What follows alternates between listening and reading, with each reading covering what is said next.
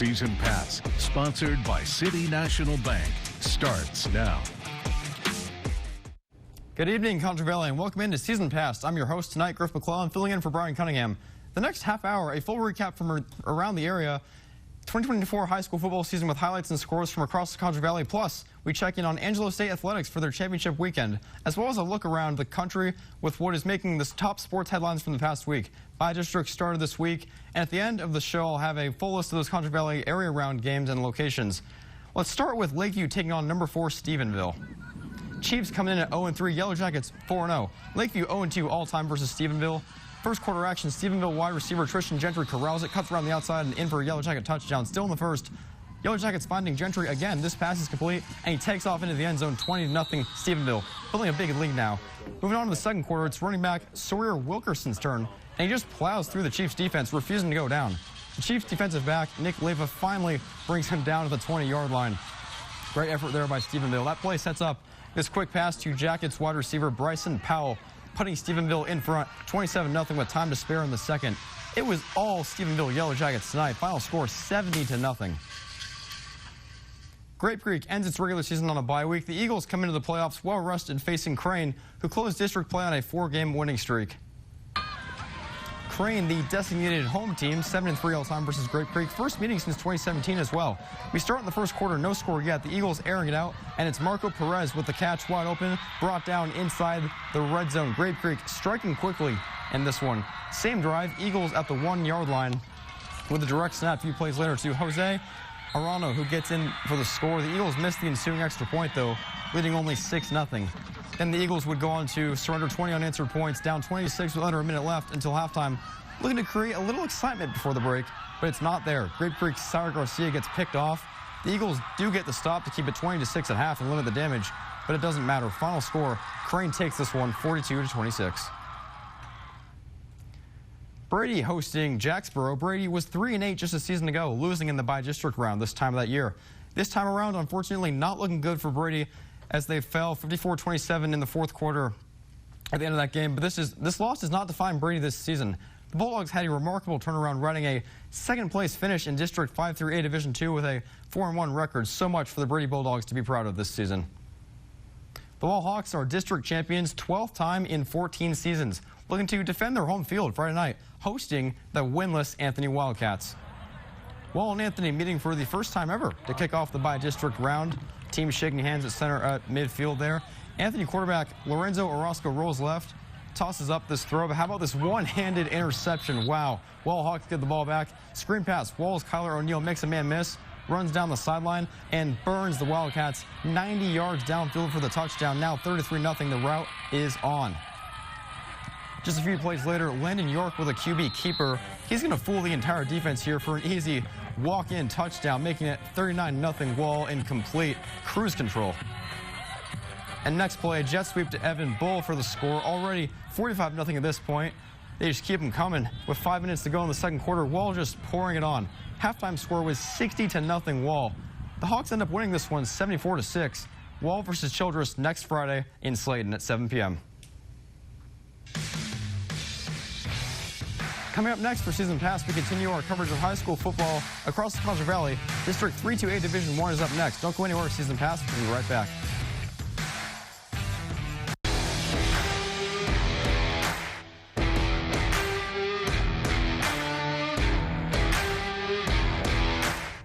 All right, folks, welcome back to Season Pass. Picking up where we left off, District 3-2A as promised. Division 1 sent 3 Concho Valley teams to the playoffs, including the Sonora Broncos, who just barely snuck into the playoffs, clinching the final spot the previous week, facing the undefeated Stanford Bulldogs in by-district. Early second quarter, Bulldogs up big. Christian Duran to Drew Falks for the big gain into Broncos territory, setting up a quarterback sneak into the end zone, moving Stanford's lead to a whopping 28-0. Bulldogs' ensuing drive, Braden Jimenez makes the grab, but the Broncos defense forces the turnover, and Sonora takes over, but all that proved to be for nothing. Turns into a quick 3-and-out for the Broncos. Next Stanford possession, Duran looks deep, connects with Clay Whitfield for the 23-yard touchdown. 35-0 now Bulldogs. Stanford would lead 42-0 at the break, and they proved to be too much for Sonora for tonight. Final score 45-8 Bulldogs. Now, Miles came in on fire heading into the playoffs, winners of its last 4 regular season contests, taking on the Lindsay Knights in another first-time ever matchup. The Bulldogs come off an area round appearance last year, and unfortunately for the Bulldogs, they come up short again this time. Absolutely heartbroken, losing 34-27 in a close, hard-fought game that was tied at 27 apiece late in the fourth quarter. Wrapping up 2A, the Junction Eagles, district champs, first time since 2003, and 6-0 in district play, averaging over 58 points scored per game in that span. The Eagles took on the Iola Bulldogs for the first time ever, and after losing in the bi-district round the previous 2 seasons, Eagles win this time in blowout fashion, 61-26. Junction up next for them, Falls City, 7 p.m. Friday, November 22nd.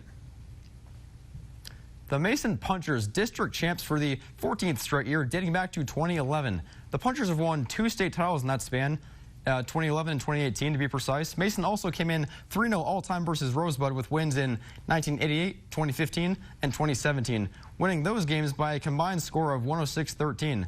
Friday night, nothing new. Mason stays dominant, winning 69-14. Mason will take on Weimar next Friday at Georgetown.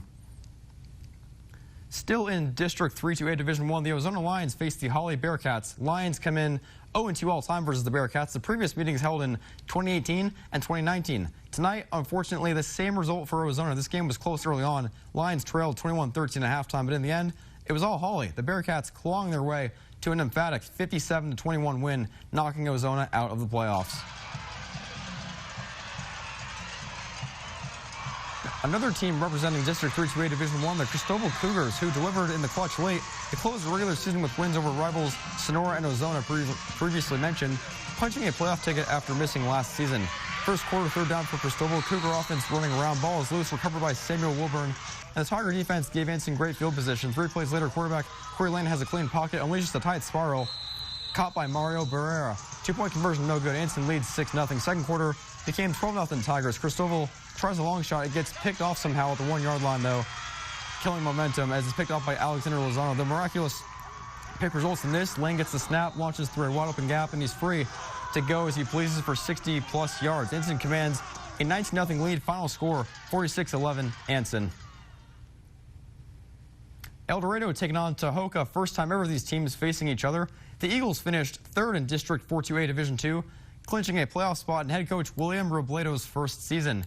Friday night's game not in El Dorado's favor. The Eagles fall 46-19. Tahoka Bulldogs make a statement and move on to the area round. Sterling City clinching the 4th and final playoff spot behind El Dorado in District 4-2A Division II, taking on the Ropes Eagles in bi-district over at Tiger Stadium in Snyder, and another first-time matchup. Friday night's game, it was all Ropes, cruising 65-12, eliminating the Sterling City Eagles. Coming up next on Season Pass, we continue our coverage of high school football across the Concho Valley, including the highest scoring 6-man UIL match since 2002. Don't go anywhere. You're watching Season Pass.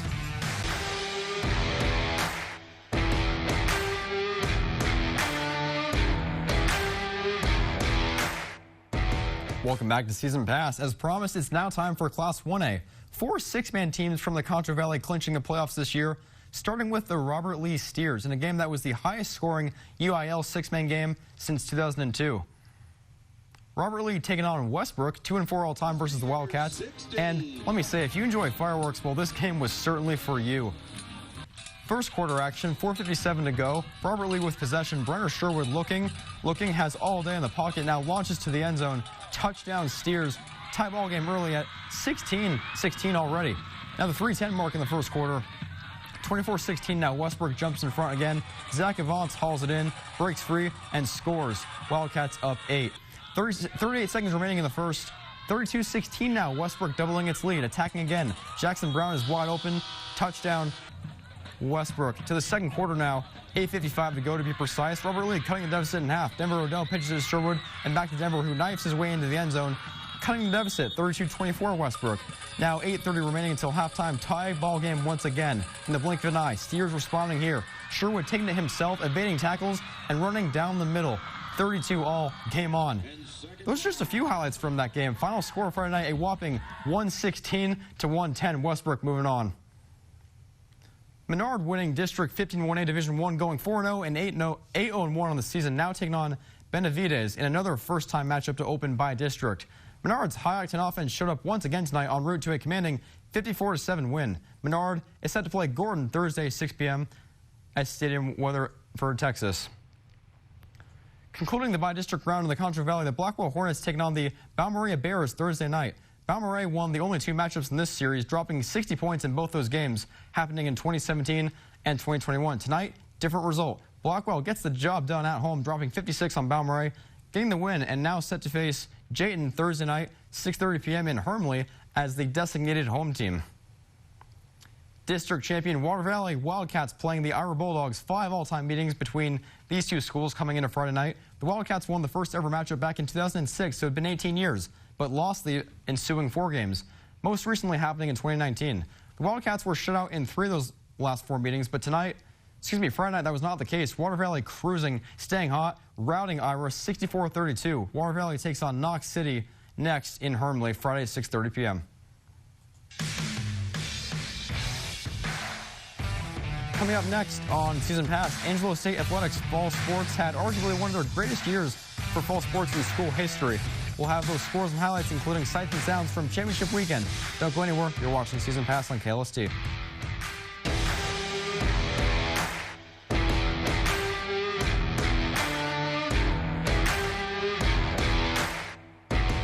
Welcome back into Season Pass. Angelo State had themselves a championship weekend with soccer and football claiming their Lone Star Conference titles. The Rams looking to hold the trophy at home in front of the Concho Valley crowd after winning the week prior. The Rams taking the field on senior day, looking to give fans something to celebrate Saturday night.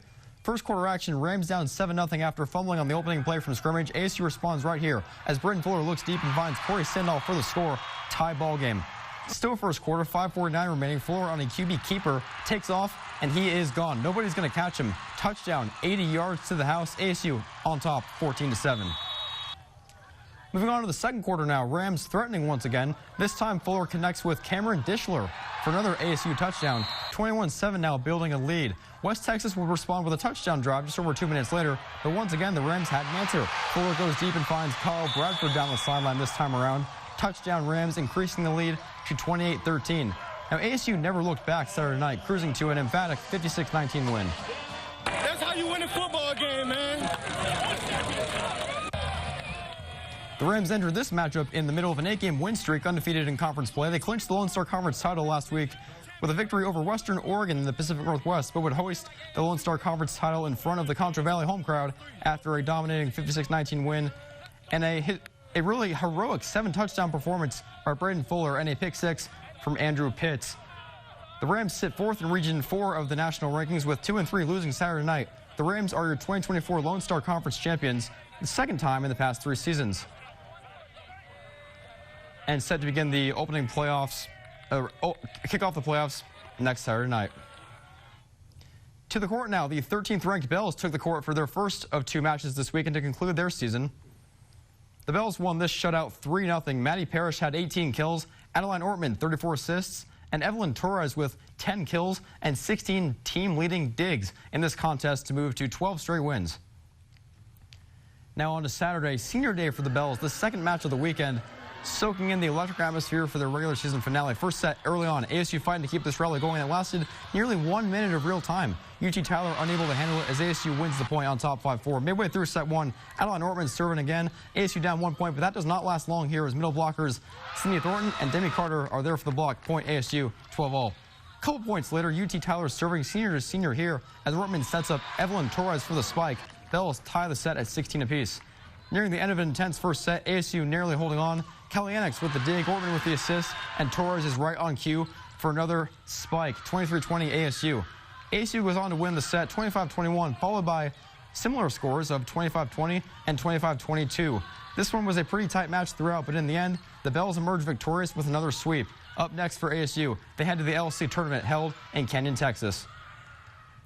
Now, they say it's not about how you start, it's about how you finish in games like these. That was very much the theme for Sunday's LC championship between the Angelo State Bells and Dallas Baptist Patriots. ASU, the Lone Star Conference regular season champions, looking to add another piece of hardware for their incredible season they've been having. This one started slow for the Bells. Dallas Baptist draws first blood in the first half. McKenna Vela knocks it through. 1-0 Patriots, 30 minutes in. Second half, 15 minutes to go. in regulation. ASU trying to make something happen, but Holly Harwood shoots it high. The score remained 1-0 through the first 87 minutes, but then everything changed. 88th minute, Sinai Stewart breaking free finds Grayson Rasmussen, who buries it. Goal, ASU, tie game at 1-1. The crowd going crazy, loving every second of it. It's only fitting that this one really goes into overtime after a scoreless first OT period. It's sudden death yet again. And ASU would survive that. Just 3 minutes into the second overtime, ASU is on the verge. And Sinai Stewart yet again breaks free, this time finding Abby James, who seals the deal for ASU right there, burying it. The hero with the knockout goal gets it done for the Bells. ASU secures the Lone Star Conference Championship.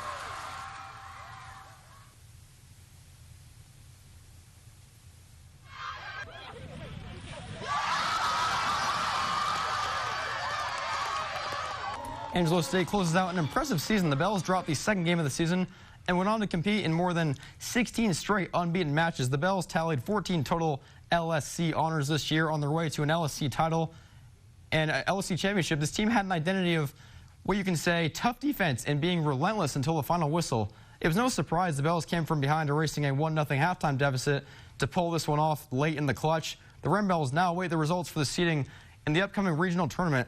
Congrats to your 2024 Lone Star Conference champions. Here's head coach Travis McCorkle's post-game thoughts after the win. Difficult. You know, we know that they're such a good team. They're so good on the ball. They like to knock it around. It's a very attractive style to play. You know, we had a plan of what we wanted to do.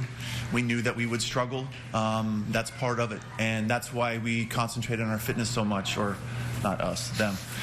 My fitness is all right, but you know, I mean, DBU's gets that first goal, but we created so many chances in that first half. It really felt like, hey, we probably should have had one in that first half. And, you know, we fight and fight, and you get some teams that would look at the last 3 minutes and say, listen, we had a good season, you know, we'll just get ready for next week and let's move on. And that's not what this team is about.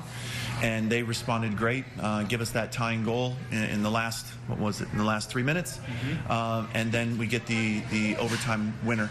And Abby has finished that shot. Listen, this has happened. Sinai did it last week, and Abby did it today. We practiced that 3-line drill and playing it nice on the ground. Abby's supposed to expect everybody to miss.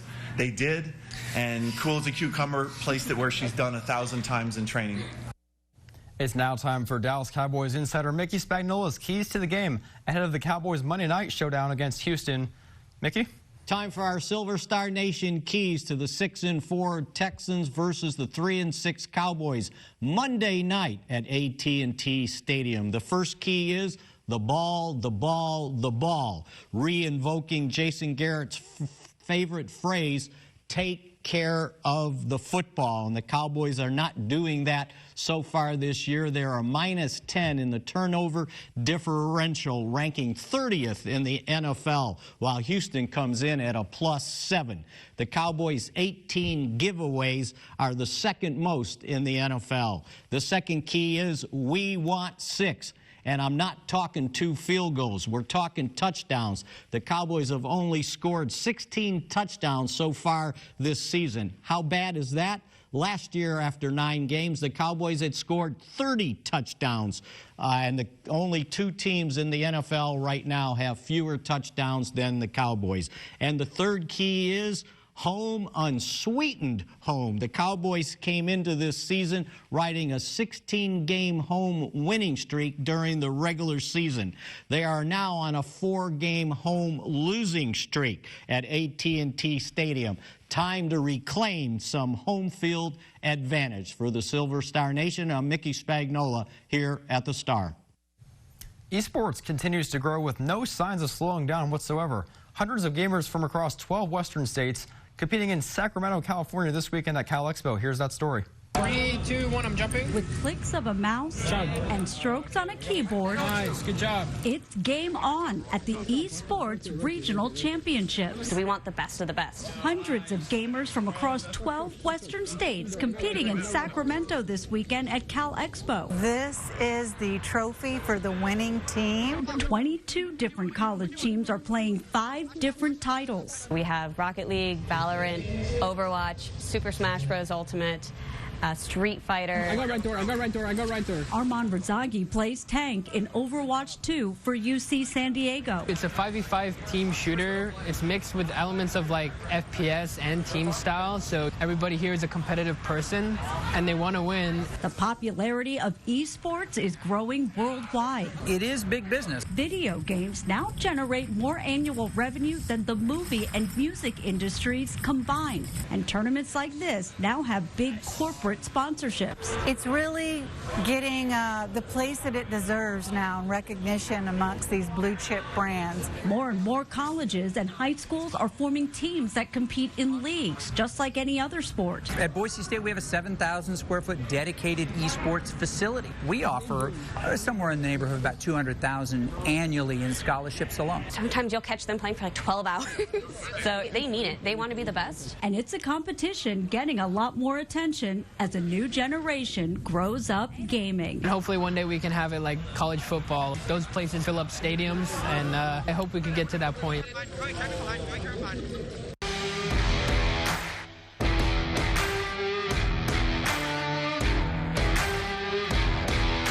Welcome back to Season Pass. As we wrap up this show, let's take a look at some area round previews in 11-man. Junction heads to Falls City, kickoff at 7 p.m. Friday, November 22nd at Hondo. Junction really celebrating its first district title in over 2 decades. And now Mason going to Weimar, 7 p.m. Friday at Georgetown, and Wall will play Childress 7 p.m. Friday in Slayton. That's all for Season Pass. Thank you for tuning in. I'm Griff McClellan. Have a good night, Concho Valley. Thank you for watching Season Pass, sponsored by City National Bank. For more in-depth stories, scores, and highlights, head to ConchoValleyHomepage.com. For more on today's stories, visit ConchoValleyHomepage.com. Closed captioning for the hearing impaired is sponsored by the Law Office of Rick DeHoyos.